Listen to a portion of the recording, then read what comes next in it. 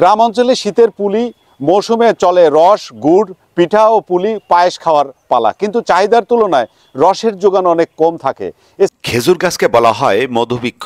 এই গাছ থেকে বিশেষ পদ্ধতিতে রস আহরণ করা হয়। গাছেরা খেজুর গাছ থেকে রস সংগ্রহের কাজে ব্যস্ত হয়ে পড়ে। খেজুর গাছ কেটে বা চাষ দিলেই মাটির কলসিতে সারা রাত রস জমে। ভোরের আলো বের হওয়ার সঙ্গে সঙ্গে গাছিরা রস ভর্তি মাটির ভাঁড় নামিয়ে এনে এক জায়গায় জড়ো করে। পরে এই রস টিনের পাত্রে জাল দিয়ে ঘন করে গুড় মাটির পাত্রে রাখে। গুড় জমাট বেঁধে পাটালি তৈরি হয়। বেশি আছে 350-300 এরকম দায় বিক্রি করে।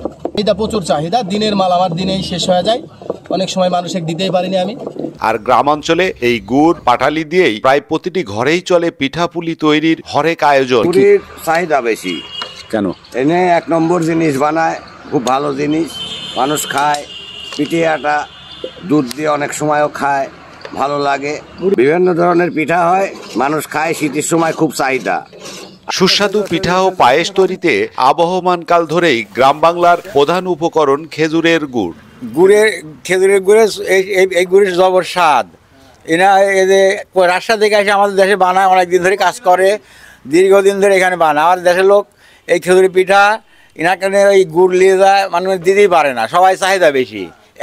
গাছিরা এসে রস সংগ্রহ করে ন্যাচারালভাবে গুড় তৈরি করা হয় এবং আমাদের সামনেই সবসময় আমি সকালবেলা আমাদের সামনেই গুড় বানানো হয় এবং এই গুড়টা কোনো ভেজাল, কোনো পার্শ্ব প্রতিক্রিয়া, কোনো আপনার চিনি মিক্সার বা স্যাকারিন বা সেরম কোনো কিছু নাই। চাহিদা পিঠা ভাওয়া পিঠা, রস পিঠা, পায়েস, ক্ষীর সব এইগুলি দিয়ে বানায়। প্রাকৃতিক খেজুর রস ও খাঁটি খেজুর গুড়ের ব্যাপক চাহিদা রয়েছে। গাছিদের কাছ থেকেই সব গুড় বিক্রি হয়ে যায়। চাহিদা, ব্যাপক চাহিদা আছে। আমি প্রতিদিনের মাল আমার প্রতিদিনই শেষ হয়ে যায়। পিঠা, রস পিঠা, শীতের আরো অনেক পিঠা খাওয়া হয়। এই গুড় ছাড়া তো হয় না। এই গুড় ছাড়া হয় না, পাটারি ছাড়া হয় না। এটা বলে আছে, আমরা পাঠারি বলি, খেজুরের পাঠারি। হ্যাঁ, আর এই পাঠারিটা আসলে সুন্দর যদি অরিজিনাল হয়, চিনি মুক্ত যদি হয়। খেজুর রসের তৈরি পাটালি গুড়, বাটি গুড় ও নালি গুড় স্থানীয়দের চাহিদা মিটিয়ে দেশের বিভিন্ন শহরে বিক্রি হচ্ছে।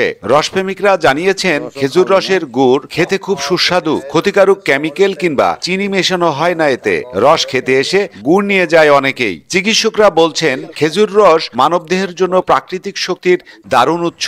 শারীরিক দুর্বলতা কাটানোর জন্য খেজুর রস ও খেজুর গুড় বেশ উপকারী। গ্রাম অঞ্চলে শীতের পুলি মৌসুমে চলে রস, গুড়, পিঠা ও পুলি পায়েস খাওয়ার পালা, কিন্তু চাহিদার তুলনায় রসের যোগান অনেক কম থাকে। এছাড়া জলবায়ু পরিবর্তনে গ্রাম বাংলার ঐতিহ্যবাহী পরিবেশ বান্ধব খেজুর গাছ এখন বিলুপ্তির পথে, যে কারণে গাছিরা আসলে রস সংগ্রহ করতে চরম তাদের বেগ পেতে হচ্ছে।